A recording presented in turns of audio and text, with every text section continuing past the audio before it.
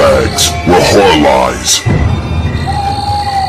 Hey guys, Rob from Georgia here with you, VHS82 apostrophe, and I'm your Wednesday night host of BodyBags, and it is week 299, and it's a big week for me because it marks my 30th video for BodyBags, and so I thought, I gotta do something, so I thought,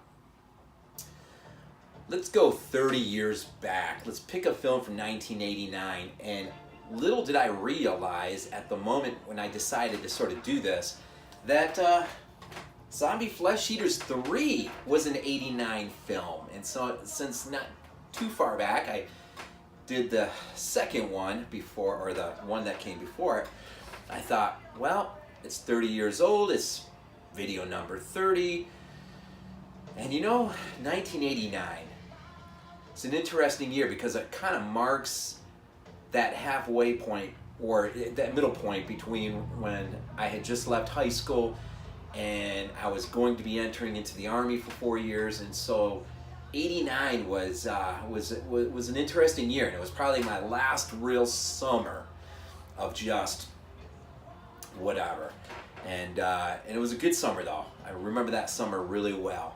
Parents had a house on the lake, and it was just a nice summer. And but 89, I mean, what do we have in 89? I mean, we were saying goodbye to the 80s, not realizing just how good we had it probably. I was 19, looking ahead to, the 20s or whatever, but let's see, Freddie was weaving up a dream child in 89, and Michael was chasing after Danielle Harris a second time, little Danielle, and let's see, Jason was taking on Manhattan in 89. Intruder was waving goodbye to the great decade that was the slasher decade of the 80s. And Claudio Fragasso was sort of waving goodbye to what was a decade or more of zombies as we knew them back then. And so Claudio Fragasso, if that's how you say it right, Zombie 4 Afterlife, or Zombie Flesh Eaters 3, and the only one that really comes after this is the film that came out 1 year before this one, but then got remarketed to kind of fit into the whole zombie thing, and that is, of course, Killing Birds.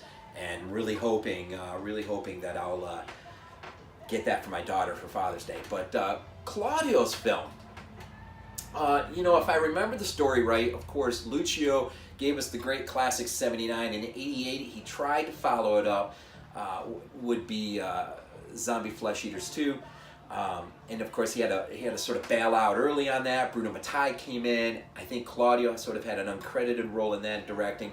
But this film, Claudio gets to take front and center and sort of put his own stamp on the zombie thing as it was, right? And so in some ways, Claudio's film sort of goes back to the original formula, which involved voodoo and whatnot. But look at this for a minute here. Jeff Stryker, just a couple of them, plays Chuck. Candice Daly, of course, Jenny, our lone survivor from our very long intro into the film. Massimo, Vanni, I think is how you say it, David. And Jim Gaines is Dan. And of course, Ottaviano, Dell'Acqua, I think it's how you say it. Of course, he's an uncredited scientist, and he probably is one of the most famous zombies ever, the one who comes up out of the earth in all its glory in the original Fulci classic. But this film is 30 years old, and aside from Killing Birds, really, this is sort of the last, well, as Claudio says, sort of the last gasp of the zombie films as we knew it, especially those films coming out of Italy. And with this story, it's for me personally, the story sort of is a little bit more up my alley than the previous entry, even with all the issues that entry had. It's a miracle that movie was even made. But this film was also shot in the Philippines, and the plot really deals with, as we're sort of, we meet the protagonist, Jenny, is a little tiny girl in the beginning. Her and her parents are trying to flee the island, this island in question, where it's sort of convoluted in a way. The story is never really absolutely straight. But really, you've got some researchers on this island that have been trying to find a cure to cancer. You've got some of the indigenous population, the folks on the island that don't appreciate some of the things that the researchers are up to. You're never really privy to exactly what's done or possibly done. There's a lot of allusions made to the possibility that the researchers were up to no good and perhaps were overstepping their own moral authority in terms of the testing they were doing to find a cure. And really, ultimately, the great moment is, unfortunately, this young girl will die as a result of these researchers, these scientists who are trying to basically save her. She will die, but her father's the witch doctor. And so he calls the mother of all curses to unleash the dead upon the scientists, the researchers, that whole group there. And so basically, all you know what breaks out. And all we really see is some principal, we're really not even principal characters, at least in terms of what they're used for in that beginning intro, trying their best to flee. And then you jump ahead some years later, and the little girl now is grown up, Jenny, and again, it's never really quite explained, but she's with a group of mercenaries, and well, depending on where you listen, what you read, how you really take in the film, she's either there somewhat accidentally, which is kind of an odd thing, or she's there with purpose and intent to uncover what's happened to her folks. She can't really remember that memory, or those memories will sort of come to light later on in the film. But as they're passing by the island in question, and this is, I guess, part of this sort of the voodoo essence of the film, their boat mysteriously sort of conks out on them, and they have to basically beach there at the island. And when they go into the interior, as they're moving into the interior, we've got a few hikers out over here who basically find the source point of where this voodoo curse was originally unleashed, and they unwittingly or with some intent, naively, set this curse back into motion by reading out of a book that they ought not to be reading. And so the curse is unleashed once again, although it's weird because you do see some zombie action before that curse is officially re-energized. And so it kind of makes you wonder if there aren't some zombies running around the island that are just sort of aimless or whatever. But these zombies, not to give too much away, that really is the plot, and really it's up to Jenny and those around her who ultimately will survive towards the end finale. It's up to them to basically save the day, find some answers, and ultimately, if they can, get off the island. Well, I mean, what can I say? I mean, I love jungle horror, so the fact that this film takes place on an island is the beginning of some good things for me. The zombie effects aren't what they were in '79 with Lucio Fulci's vision. They really sort of strayed away for the convenience of shooting quickly and just getting these things made fast and out. A lot is sort of left to be desired, but it is a fun ride, and you can tell even through the self-imposed restraints that Claudio puts on himself. You can tell it just has the vibe of just wanting to be fun, a fun movie to watch.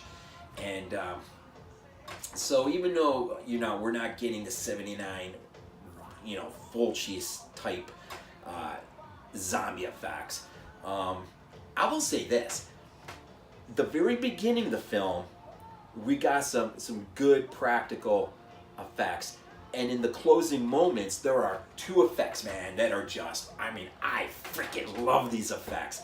What happens to, I think it was Chuck is his name, and what happens, Chuck, what happens to him and what happens to Jenny, not to give away the end, but it's you're going to take it either or. I love it. I love how this movie ends. It could not end any better for me. You can't please everyone, but I love it. I love how this movie ends, and I love how they sort of poured what money they had into the initial effect just to kind of get it rolling, but then they save what they have for the end and they deliver. Man, these two effects at the end, they sort of remind you of Dead Alive just a little bit. In fact, too, there are moments early on that sort of have a Demons vibe going on. It's kind of weird. I think there's some homages or nods being given to other films by Claudio. Some nods to Fulci and maybe some perhaps Lamberto Bava's work.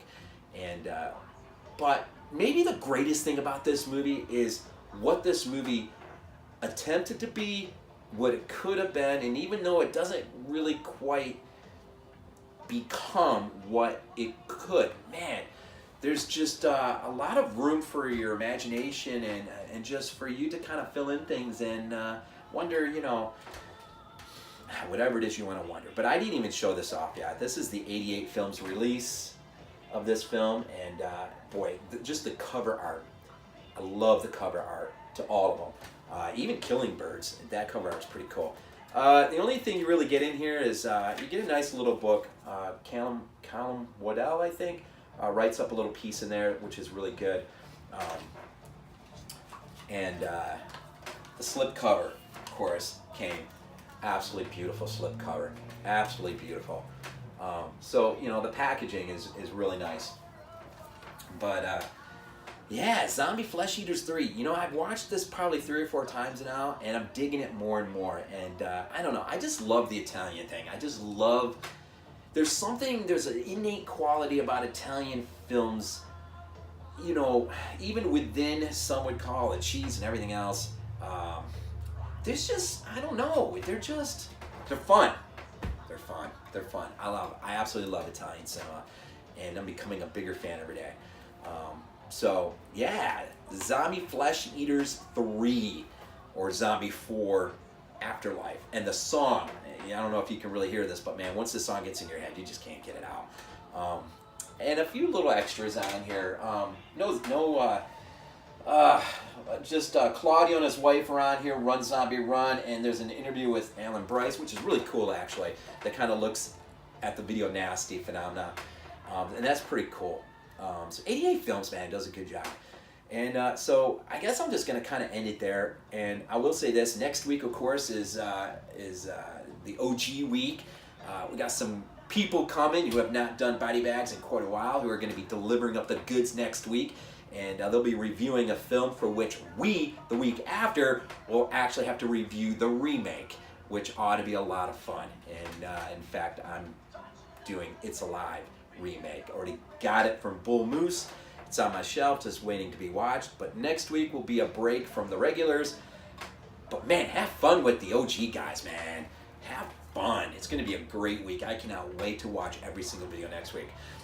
So yeah, BodyBags, man. It's where to be. Be sure to be checking out every video every day if you can, if there's any way you can. And if you've been with me long enough, I've been through this way too often, but all this stuff is coming down here shortly. And we're moving yet once again. And all I can hope for is once it all goes back up again, it ain't coming down for a while. But so be aware of that. There will come a point in time where I'll be having to do some videos, I'm sure, whether in the car or out and about or wherever. But I'm not going to have this convenience for a little while. But anyways, Zombie Flesh Eaters 3, Claudio Fragasso, some Italian goodness, and man, it's awesome. It's good stuff. As always, we end with Go Bills.